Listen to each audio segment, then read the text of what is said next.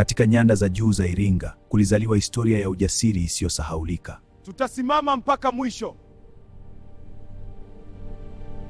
Jamii ya Wahehe ilijiandaa kulinda ardhi yao dhidi ya wageni waliokuwa wakikaribia. Ardhi hii ni urithi wetu.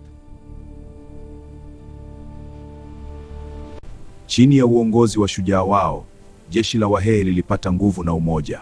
Umoja wetu ndio nguvu yetu. Mvutano kati ya Wahehe na majeshi ya kigeni ukaanza kuonekana wazi. Wako karibu. Mapambano makali yakazuka yakitikisa eneo lote la nyanda za juu.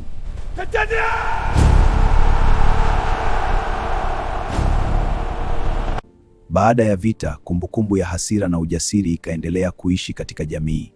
Hatutasahau kamwe.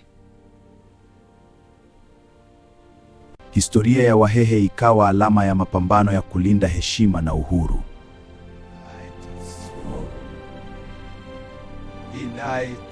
Historia ya taifa hujengwa na wale waliothubutu kusimama imara.